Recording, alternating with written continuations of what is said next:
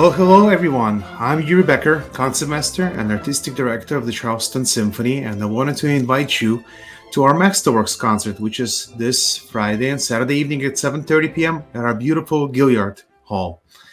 Today with me we have an amazing treat. It is a great pleasure to welcome a renowned conductor. Maestro Andrew Litton conducted virtually pretty much every major orchestra on our planet, and he's done over 130 recordings, and he is a Grammy-winning conductor. It is a great joy for us to welcome Maestro Andrew Litton. Andrew, welcome, and thank you so much for joining us in Charleston this week. It's my pleasure. I'm really looking forward to the experience, and Yuriy, it's great to see you. I'm looking forward to catching up with you, and it should be really fun. By the way, it's up to 140 records now. I need to update my bio. 140. Wow. Anyway, doesn't matter. Amazing. Well, we're just so thrilled that you'll be here and to share your artistry and your music with us. And I thought I'll tell our community how I met you, how we met, and it was very ironic. And we met in Ireland about 10 years ago. And what happened, out of the blue, I get a phone call on 5 days' notice to come to Belfast and to play as guest concertmaster, and you were a guest conductor that week. That's right, and it was one of those things where we'd probably eventually have met because we have so many mutual friends, and the music world is pretty small. But it was great to have you sort of dropped in on me like that, and the rest, as they say, is history. That's right. So when the opportunity came to bring guest conductors to Charleston, it was no brainer for me to reach out and bring you in here. And you suggested this wonderful program, Beethoven Triple and Shostakovich 10, right? Right. And so maybe we'll start with Triple Concerto. We have you playing and conducting from piano, and me on the violin. And we have a great cellist coming in, Christine Lamprea, and she's a Sphinx competition winner, and she's going to join us. And I'm just can't wait. Have you done this piece before in such a setting? Oh yeah, many times. And I haven't even thought to argue with you about piano placement, but we'll do that tomorrow. I always argue with the soloists. I said, nope, trust me, this is what works best. But yeah, as a matter of fact, I've only performed this work as conductor pianist. I've never just played it. Of course, I've just conducted it, but I've never, when I've been seated at the piano, it's also been conducting it. And the list of repertoire that you can conduct from the keyboard is not massive. I think some people make it bigger than it should be. For example, the Beethoven numbered concerto, starting with number 3. I think it's a big mistake to conduct from the keyboard in those, because Beethoven, in his romantic way, instituted the sort of competition between soloist and orchestra. And so it's really great to have sort of the ringleader for the orchestra to lead things, so that then there's much more of a sense of strife, if you will, between the soloist and the orchestra, which is what Beethoven wrote. He does not have that in the Triple Concerto. It's a very amiable piece.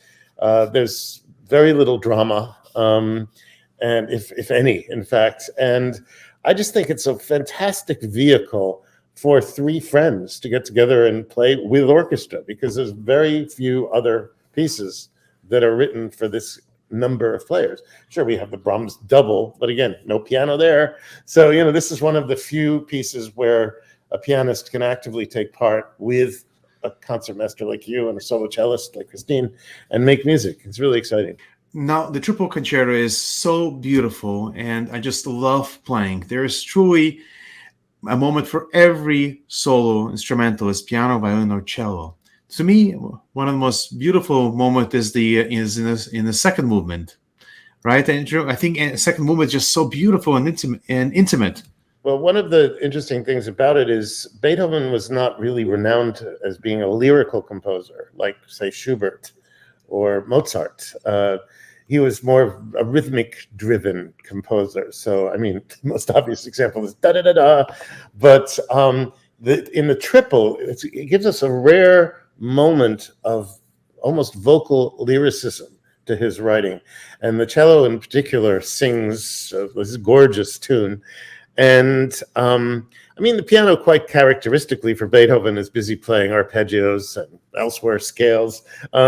So it's pretty typical piano writing for Beethoven. But the cello part and the violin part together in duet, just absolutely gorgeous. And I think it's worth bringing that movement out. It's very short. It's the shortest part of the concerto, but it's like this jewel. Well, why don't we take this moment and listen to a little bit of this slow movement of the Beethoven triple.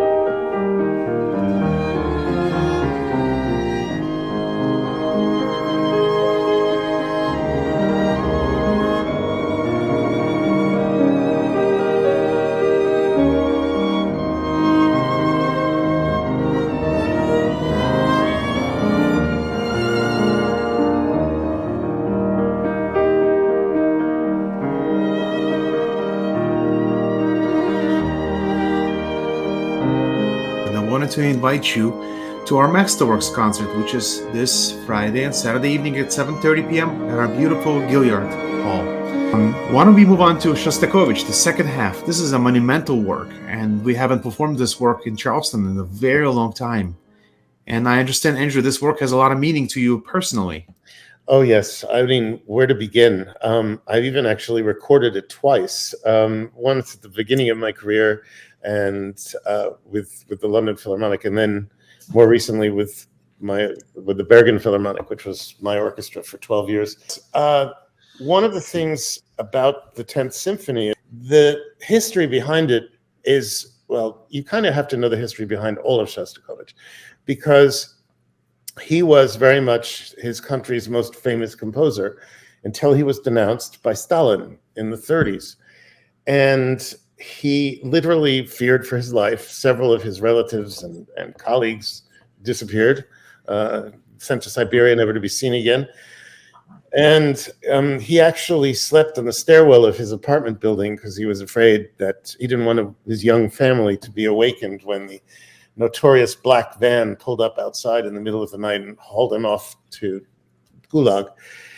Fortunately for us and him, that van never came, but it took until 1937 for him to rehabilitate himself. And by that means he actually wrote the Fifth Symphony as his way of saying, sorry, I erred. Which of course he didn't. He just, Stalin just decided he was no good anymore. And the piece was a huge success. It put Shostakovich back on the map until the next denunciation, which happened in the 1940s. At which point Shostakovich basically went quiet. And he didn't write anything publicly. And so we don't know exactly when he wrote the 10th Symphony, except miraculously, right after Stalin died in 1953, there it was, this full 55-minute long piece, this somehow appeared. But guess what? It certainly was being worked on during the time before Stalin's death. But the interesting thing is the second movement is 4.5 minutes of the most graphic hatred ever written musically, I think. I mean, it's painfully violent music, and it's pure hatred. And so there are people that think this was Shostakovich's view of Stalin, finally out in the open. But of course, he never dared admit that. And so we don't know for sure. Well, because still, even though Stalin died, it was still Soviet Union under communist regime, and people were fearful for their lives. Yeah, and justifiably. So, but one of the interesting things about the third movement is, for the first time in a symphony, basically, to my knowledge, he introduces his musical anagram, and that's this gets a little complicated too, but. The first person to use famously his name in music was Bach.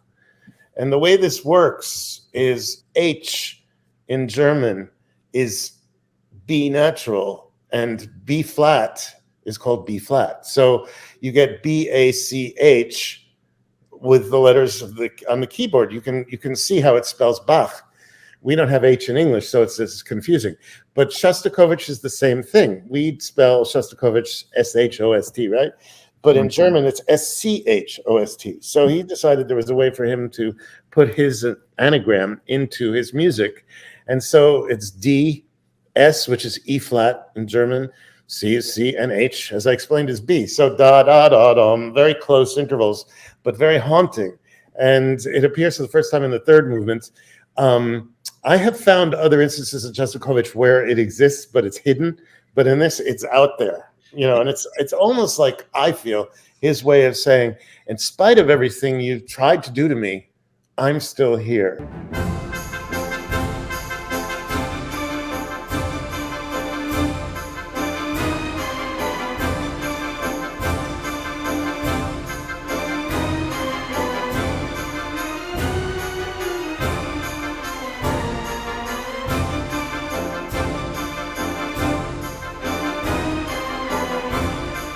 So it's an incredibly powerful piece to play, to perform, and to get into. And I mean, I could talk about it for hours, but it's also where the music should really speak for itself.